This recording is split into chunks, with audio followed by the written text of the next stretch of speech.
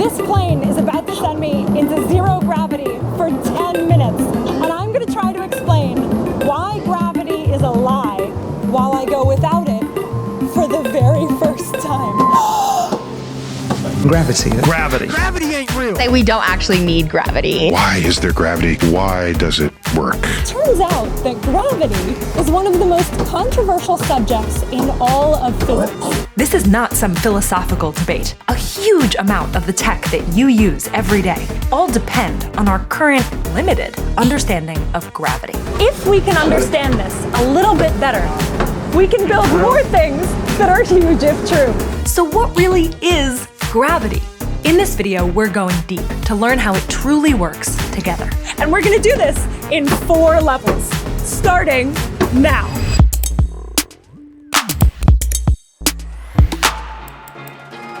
Right now, I'm in France, and I'm about to get on that special plane. I've been invited by the European Space Agency as they run experiments for their real upcoming space missions. They do like 2 of these a year. They invite 1 civilian each time. It's a really big honor. I'm also really nervous. It's gonna be great. They call this plane the Vomit Comet. I'm really hoping that I don't get sick. And as we're getting ready to take off, I am realizing how little I know about this thing that's been holding me down my whole life. Here's what I thought I knew about gravity from high school physics. We'll call this level 1. So what I learned in school is that gravity is what holds me down on Earth, that it's a force that objects with mass exert on each other. So the Earth pulls me toward it, and I, in some tiny way, pull back on the Earth too. Same thing with the sun. The sun pulls on the Earth, and the Earth, in some little way, pulls back on the sun too. And the math that describes this is beautiful. It's just the relationship between the mass of one thing times the mass of the other thing divided by the distance between them squared. And g is a constant. Don't worry about it. So this equation tells you how strong that pull will be. But until today, Earth has always pulled me right down into the ground, which stops me. So to experience the raw, unfiltered effects of Earth's gravity, I need to go into free fall, which is exactly what this plane does. It's gonna rise up and then plummet toward the Earth. This is the part that's making me nervous. And as it does that, I'm gonna be falling, and the plane is gonna be falling around me. And during that fall, I should feel like I'm floating, like a skydiver or an astronaut, which is why real astronauts train and run experiments on these planes. But hang on, why is rapidly falling anything like peacefully floating? Think about it this way. So the Earth's gravity creates a pull at 9.8 meters per second squared, or 1g. If you're in a rocket out in space, and that rocket is accelerating at exactly 9.8 meters per second squared, you wouldn't be able to tell the difference between standing on the ground and flying in that rocket. Einstein called this the equivalence principle. And honestly, it sounded pretty intuitive to me at first. And then the more I thought about this, the more it started to just break my brain. Because if gravity and acceleration are the same, it means that being in free fall without air resistance is the same as floating in space. Because they're both 0g, right? Yeah, remember this idea. It's gonna be important later. But right now, I don't totally understand this yet. So I'm gonna go try it. Let's do this.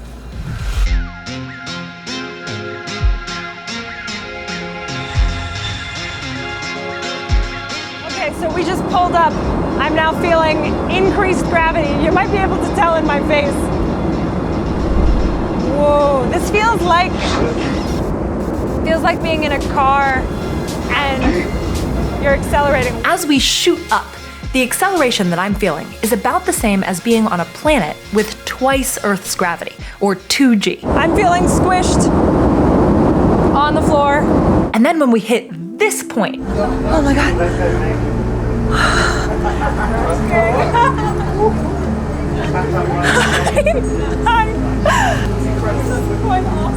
Tell us how you feel.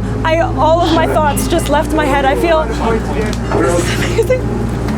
0g feels so weird. It's not just your outsides, it's your insides too. So your stomach is moving around and your blood isn't getting pulled down from your head like normal. So you feel like there's more pressure inside of your skull. And then touching something will move you way farther than you think. Lay back down. Oh my God. It goes so fast. Keep your head still. Okay. Sit up. That felt unbelievable. I don't even know what just happened. It's like nothing I've ever experienced before in my life. Did you enjoy it? I think so.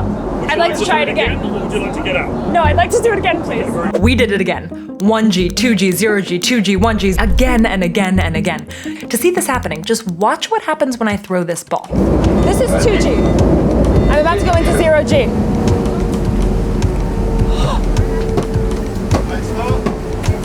This is Einstein's equivalence principle in action.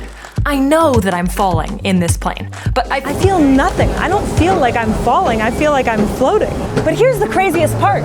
It's not just like I'm floating in space. It is exactly the same thing. Yeah, this is where things start to get weird. You will look around and everything will look like it's weightless. In reality, you're inside a plane and you might think to yourself, well, this is some sort of an illusion. What Einstein realized is that situation of you in the plane and that situation of an astronaut deep in space are equivalent, they're identical. It's not that one looks like the other, but they are the same situation. If we covered all of the windows, there is nothing that I could do, no test, no experiment, to prove that I'm falling in a plane and not floating in space. This is exactly what Einstein was talking about. And actually, astronauts orbiting Earth aren't really floating. They're falling too. They're literally falling towards the Earth all the time. And they're just cruising so fast that they miss the horizon and they never crash into the Earth. If you were to stop it from cruising so fast, it would drop like a stone right down to the Earth. So they are falling all the time. They are experiencing weightlessness all the time. Okay, fine. So falling is floating. Why does that actually matter? It matters because it means that this plane actually made gravity disappear. Gravity is gone. It's not there. How did gravity disappear? Well, it was never really there to begin with. Yeah, the gravity that you experience on Earth isn't what you think. We're about to enter level 2. But first, I've done 6 parabolas, up and down. I'm feeling a little bit nauseous, I gotta be honest. Just take some time, relax, sit against the wall, chill out. okay, while I do that in the plane, let's talk about level 2. That version of gravity that I learned in school, the masses pulling on each other version, right? That came largely from Isaac Newton. And his way of thinking about the universe persisted, largely intact, for hundreds of years. But then Albert Einstein came along, and he had a new thought that caused our entire view of space and time to wobble. Oh, look how cool this is. But before I explain how, what I'm building right now is from our sponsor, KiwiCo. I'm so excited because this is such a perfect fit for this show. When I want to learn about something new, I always try to find a hands-on way to do it, whether it's going 0G in a plane or finding dinosaur bones, or closer to home, building something that actually helps me really understand and just have fun doing it. Like, look, I got to paint all of them. Here's my Earth, here's my Mars. I really enjoyed trying to paint a ring on Saturn. KiwiCo crates are packed with projects for kids that explore real STEM principles in a fun and engaging way. Crates arrive monthly, with each one diving into a different science or engineering concept, so you're always building something new. This one that I'm building right now is a model of the solar system with, wait for it, that's awesome. This is perfect for that tiny astronaut in your life who wants to learn about the solar system and the history of space exploration. And wait, hold on. Here's another one that I'm really excited about that's a bit more advanced, where you wire up a set of real headphones. And along the way, you learn about how circuits work and how sound actually travels. It's a really good introduction to both physics and engineering. Look how cool these look. Plus, I have a few more that I've set aside to give as gifts to the kids in my life that I love. So if you want to try it, go to the link in my description or use my code Cleo for 50% off your first monthly crate at kiwico.com/Cleo. 3, 2, 1. Now, how did Einstein make our whole understanding of the universe wobble? The important thing to remember is that scientists, especially physicists, are lazy people. That's the most important thing. And what I mean by that is that we want the minimal number of equations to explain the most stuff. The holy grail here would be one equation or theory to describe everything. But we're not there yet. A few decades before lazy Einstein, lazy James Clerk Maxwell had realized that he could distill all of electricity and magnetism down to a single thing described in just 4 equations: electromagnetism. And those equations found that light was an electromagnetic wave, and these waves come in different energies across a spectrum. And weirdly, all light had the same constant speed. And I think you can guess what that speed is. It's the speed of light. So here we have an enormous, profound implication that shocked everybody. That's insane.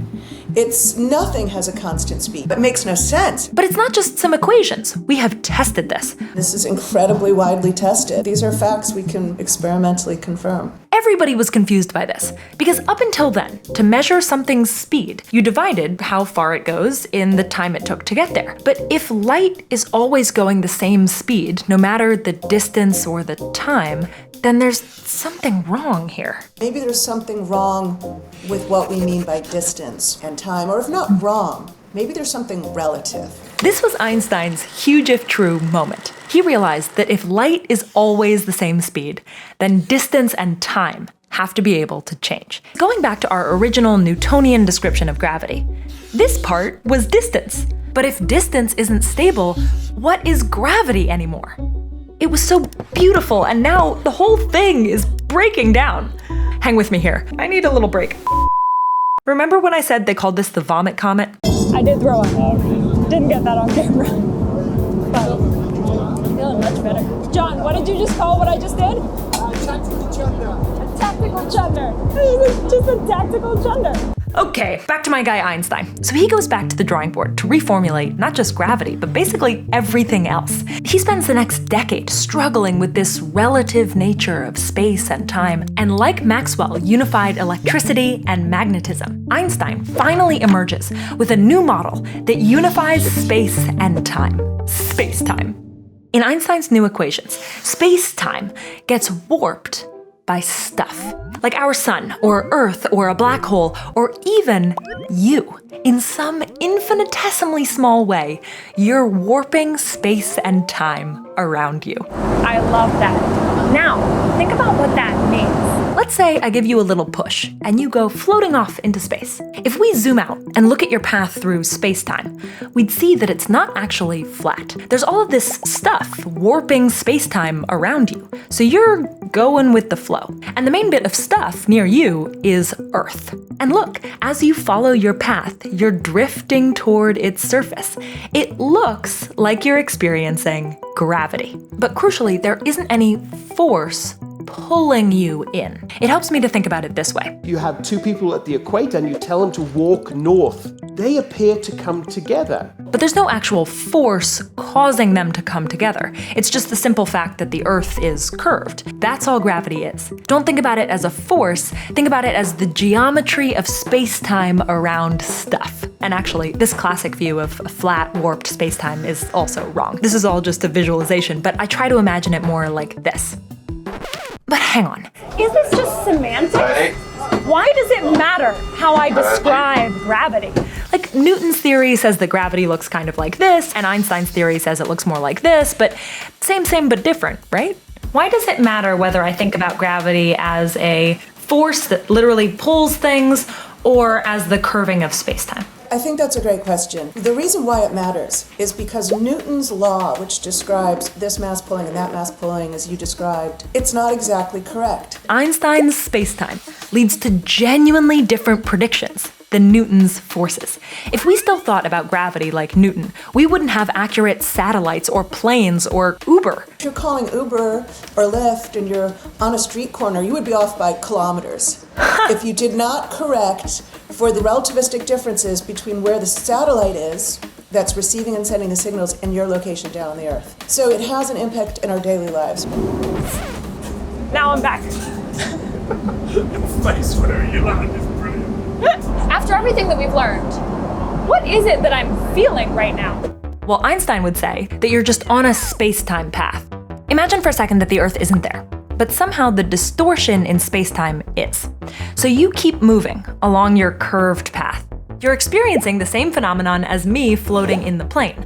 Gravity has disappeared. We're back to 0G. It turns out the only reason we ever feel gravity is when something stops us in our space-time paths. So if the only thing that makes you feel gravity right now is Earth stopping you, wouldn't that mean that gravity is sort of fictitious or fake? Is gravity a fictitious force? Bingo. That's the important part. That's what you got it. This is why gravity was never there to start with. It's fictitious in that sense. Yeah, gravity is a lie. In that case, I buy it. I'm with you. Except, if gravity is a fictitious force, how do you explain what's happening in empty space between the sun and the Earth? Now, we're at level 3. If the goal for physicists is to use as few equations as possible to explain the most amount of stuff, they've done a really good job boiling things down. If you go back to your textbook and you talk about forces in the universe, and the picture used to be really complicated, there's this force, there's that force. But what we really know is you can boil everything down to 4. The first 2 mostly just operate within atomic nuclei. The third is the force from charges attracting or repelling each other. And together, they make up almost every force that you experience in your daily life. And scientists now agree that all 3 of these actually fit together.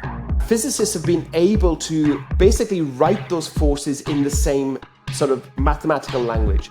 It's the language of quantum mechanics. Quantum mechanics is awesome. It is our most accurate and successful model of the universe ever. It describes our universe as chunky, with these tiny discrete or quantized particles. But it still can't describe what's happening here. Because which force is at work here? It's empty space. It's none of these 3. So physicists had no choice but to describe what's happening here as a 4th force. Uh-oh. Here comes gravity. We've just had this long conversation about how gravity isn't really a force. And now what you've done is you've stumbled into the biggest problem of 20th century and now 21st century physics. Hang with me here. We are getting right to the cutting edge. But there's a really big problem, because these 2, they predict different stuff. They are in conflict. Gravity would make predictions that say quantum mechanics is wrong. Quantum mechanics would make predictions that says, relativity is wrong. And that sucks, because if we could just combine the 2, we could do so much more. So why can't we just do that? What is the problem? I mean, why can't I write gravity in the same way? Because unlike the other forces, I can make gravity disappear, right? In the plane. Yeah, in the plane, gravity disappears. With the other forces, you can't make them disappear. Part of the reason we can't unite them is, do you remember those quantized particles in quantum mechanics? Gravity doesn't seem to have one. We can't find any chunks of gravity. So our situation right now is this. We have one set of math for the little stuff, or the quantized particles, and we have another set of math for big stuff that's smooth or continuous. But the holy grail for physicists is trying to combine these 2. This is the theory of everything. We're now at level 4. Okay, here are the options that the smartest people on Earth have come up with for the theory of everything, explained in simple terms. Option 1. You basically shove gravity into quantum mechanics. That would probably require finding that missing particle for gravity, a graviton. But unfortunately, it doesn't work. The mathematics does not work. For one thing, even if you did find a particle, how would a particle just disappear like gravity does? So most scientists are exploring option 2. You stick them together. The mathematics that people are trying has become really quite complicated to stick these things together. There are a bunch of ways to try to stick these things together, and you might have heard their names over the years. This is string theory, M theory, loop quantum gravity.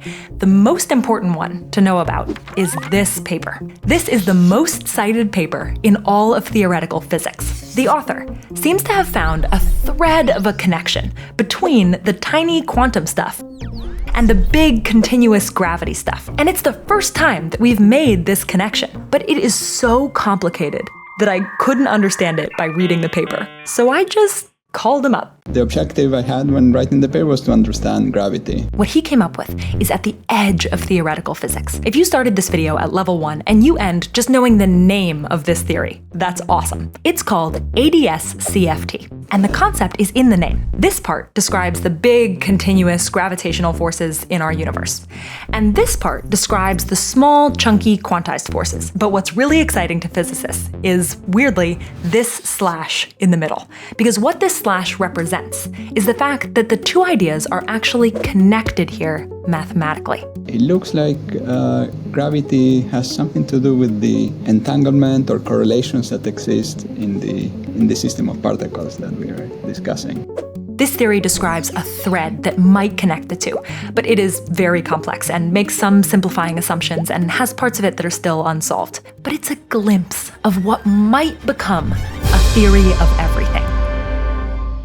Yeah, but we don't yet understand it, but if we understand it, we'll be able to explain more aspects of the universe. And this is where I just start to dream big, because if we can fully understand gravity, who knows what we could build? I'm imagining flying cars and close to light speed travel and hoverboards, and I don't know.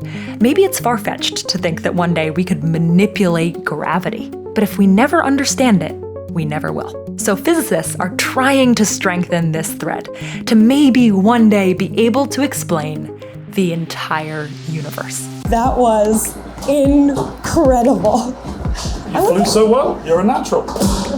I'm gonna remember this for the rest of my life. So we started with Newton, and then Einstein, and then quantum mechanics, and now the theory of everything. And with every step, we're getting just a little bit closer to understanding both ourselves and everything around us.